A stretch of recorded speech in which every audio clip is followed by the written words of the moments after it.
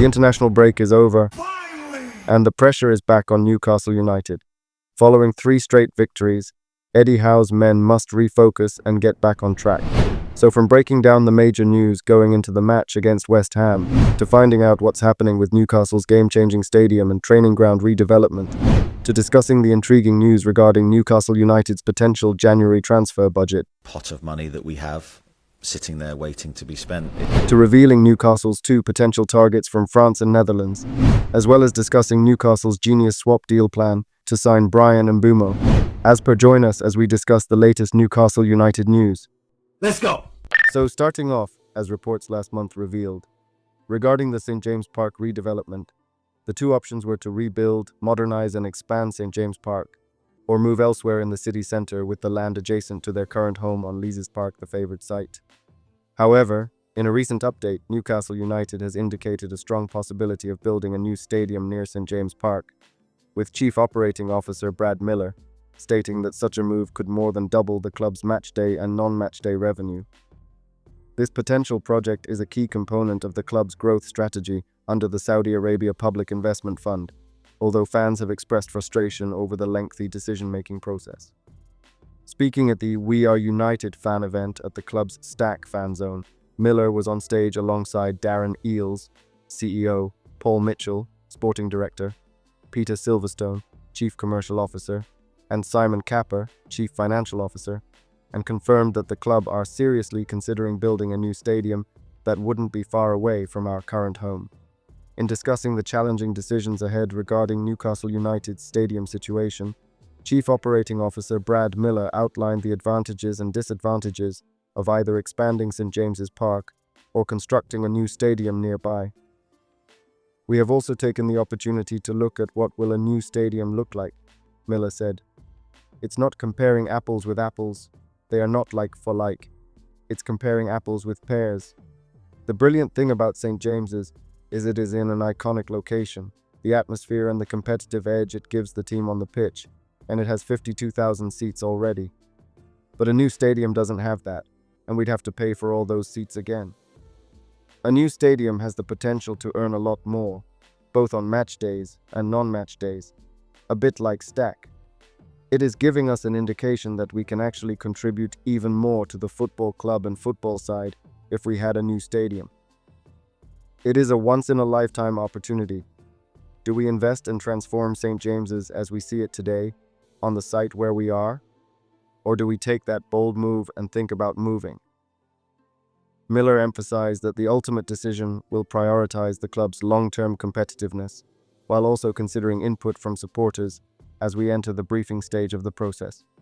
We want to make sure it is a very robust process, so regardless of the outcome, I want to stand up in front of everybody throughout the process and say, this is why it is a logical decision, with long-term competitiveness in mind.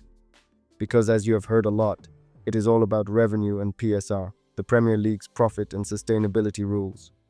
We have to work hard to make sure we give as much money as possible to Paul, Mitchell, and the football side in order to remain competitive on the field. In terms of next steps, we are coming towards the end of the next stage, the briefing stage. There are a lot of risks and opportunities at St. James. We have to take time to dig into those and make sure we've got the devil in the detail. In terms of the program, how long it will take, and what it will do for us in terms of revenue. A new stadium could provide Newcastle with a capacity exceeding 70,000, while rebuilding St. James's Park would likely yield around 65,000 seats. At the fan event at Stack Newcastle, when Miller asked attendees whether they preferred a rebuilt St. James's Park or a completely new stadium, and the majority favored the new option. However, according to The Telegraph, in a recent survey conducted by the club, revealed that over 70% of respondents wanted to stay at St. James's Park. But tell me, would you prefer Newcastle to renovate St. James's Park or build a new stadium? Then moving on, Newcastle United has long contemplated the need for a new training ground. Following the Public Investment Fund's takeover in 2021, former director Amanda Staveley emphasized the importance of upgrading the club's facilities. Darsley Park in Benton was renamed the Newcastle United Training Centre in June 2023, and efforts have been made to enhance the site to meet the club's ambitious standards. However, The existing facilities have limitations due to years of neglect under previous ownership. Jonjo Shelvey had even noted that the training ground fell short of Premier League standards. Progress on relocating to a new facility has been slow, with the club understandably cautious about rushing such a significant decision. Recent reports suggest that the club's leadership is exploring plans to expand the current training ground. According to Craig Hope in the Daily Mail, there is consideration to develop a gravel area used as a car park, which would increase the operational space at the site. While this indicates that a complete move to a new training complex is not imminent, it shows a commitment to improving the current setup. There is an acknowledgement among club officials that a move to a new site may take years, potentially beyond their tenure, which has caused some frustration. The desire remains strong to establish a training base that rivals those of top clubs. Despite improvements made over the past year, including extensions and upgrades, players like Bruno Guimaraes, Kieran Trippier, and Alexander have reportedly been promised enhanced facilities. While the transformation of the training ground is commendable, with significant upgrades already in place, the journey toward a brand new facility continues. The current site, although unrecognizable compared to its past, is still viewed as needing further development to fully meet the evolving needs of the team. Then, in some transfer news, as Newcastle United has set its sights on signing Bryan Mbeumo as the club prioritizes the acquisition of a right winger in the January transfer window. The 25-year-old has been in exceptional form for Brentford this season, netting 8 goals in 12 appearances, which places him third in the Premier League scoring charts, trailing only Erling Haaland and Mohamed Salah. The impressive performances from Mbeumo have not gone unnoticed by Newcastle fans, who are eager to see him join the squad. However, securing his signature will be no easy feat, as he is considered one of Brentford's most valuable assets. Reports indicate that Brentford is willing to part with Mbeumo for a fee of £50 million in January. While this price reflects his current form and potential, it also poses a challenge for Newcastle, which is still working to align its finances with profit and sustainability regulations, PSR. In light of the hefty price tag, Newcastle is exploring alternative routes rather than directly matching Brentford's asking price. One intriguing option that has emerged is the possibility of including Callum Wilson in a swap deal for Mbeumo. According to The Sun, this strategy could help Newcastle navigate their financial constraints while offering Brentford a proven striker in return. Wilson, who has been a key player for Newcastle, has faced ongoing injury issues, which may have influenced the club's willingness to consider parting ways with him. His experience and goal-scoring ability could be appealing to Brentford, especially if they are looking to bolster their own attacking options. Meanwhile, Liverpool and Arsenal have also shown interest in Mbeumo, further complicating Newcastle's pursuit as they may face competition from other top clubs. So as the January transfer window approaches, Newcastle's strategy regarding Mbeumo will be closely watched. The potential for a swap deal involving Wilson could provide a creative solution for both clubs, allowing Newcastle to strengthen their attacking options while managing their financial situation. Then also, according to reports coming out of France, Paris Saint-Germain is poised to offer Randal Kolo Muani out on loan in the upcoming January transfer window, with Newcastle United and West Ham United emerging as the clubs most receptive to this potential deal. The former Eintracht Frankfurt striker has experienced a challenging time at PSG under manager Luis Enrique, who has been granted greater control over transfer decisions since the summer. Kolo Muani was brought to PSG for a staggering €95 million, following an impressive showing at the 2022 World Cup, where he showcased his abilities on the international stage. During his time at Frankfurt, he registered an impressive tally of 26 goals and 17 assists in 50 appearances, marking him as one of the most exciting forwards in Europe. However, his transition to PSG has not gone as smoothly as anticipated, and the club is now looking to offload him in hopes of securing a permanent transfer in the summer. The plan reportedly includes discussions around a loan that could feature an option to buy or an obligation clause, allowing PSG to retain some control over Kolo Muani's future while providing him with valuable playing time elsewhere. This strategy aligns with the club's desire to manage its squad effectively, while also ensuring that Kolo Muani can regain his form and confidence. Newcastle United is believed to be open to a loan move for Kolo Muani, recognizing his potential to significantly bolster their attacking options. The club's management appreciates that the Frenchman can play across the front line, providing versatility to Eddie Howe's tactical setup. His ability to both score goals and create assists is particularly appealing, especially as Newcastle looks to enhance its attacking threat in the second half of the season. While Kolo Muani is capable of playing on the right wing, concerns have been raised regarding his lack of left-footedness, which could be seen as a limitation in certain game situations. Nonetheless, his elite-level performances in the past suggest that he could adapt and make a meaningful impact at Newcastle. Given his experience and skill set, he could effectively supplement Alexander Isak, who has been a key figure for Newcastle. The potential need for Kolo Muani becomes even more pressing when considering the current injury situation at the club.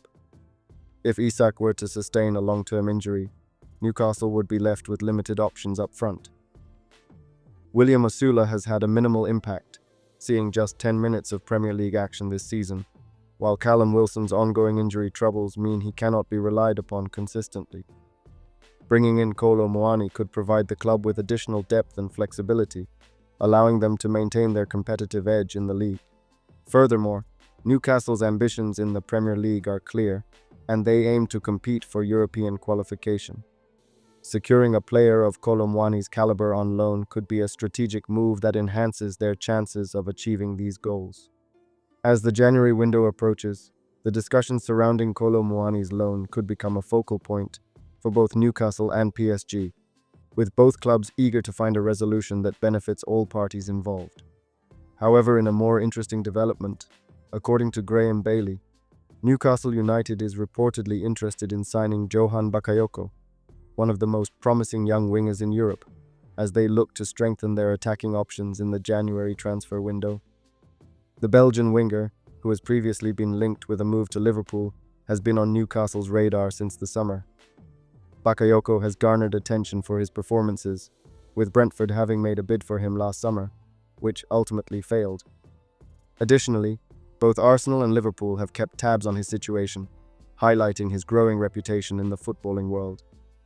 The importance of wingers in Eddie Howe's tactical setup cannot be overstated. While Anthony Gordon has excelled over the past 18 months, Newcastle has lacked the same level of quality on the right flank. Bakayoko presents an exciting opportunity for the club to enhance their attacking prowess. When comparing the two players this season, Bakayoko's statistics stand out. He has played 11 games, scoring 4 goals and averaging 2.2 dribbles per game, along with 2.4 shots per game. In contrast, Gordon has appeared in 10 games, netting 2 goals with 1 assist and averaging 1.3 dribbles and 1.5 shots per game. These metrics suggest that Bakayoko could provide a significant boost to Newcastle's attack, adding another layer of threat.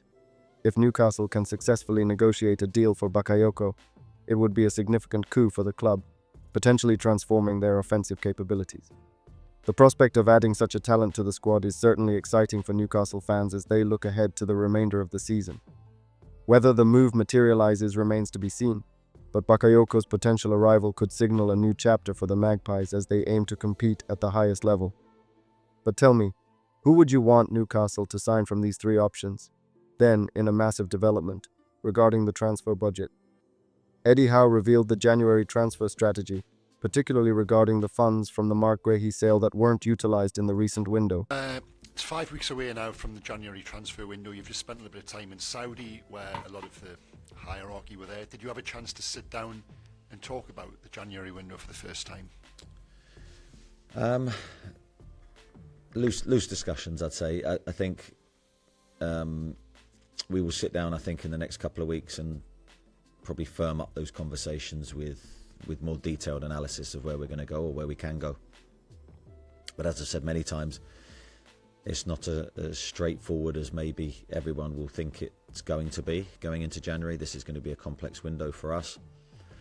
Lots of decisions to make in lots of different ways, always mindful of the fact that we need to comply with PSR. You mentioned there those challenges, and you touched on one of them, PSR, and there's a thought among supporters that because there was 65 million pound on the table in the summer, that is then automatically going to be there in January. Is that the case or not? In what sense? So give me a bit more before I answer. Yeah, so there was the pursuit of Marc Guehi in the summer with talk of bids of up to 65 million pound.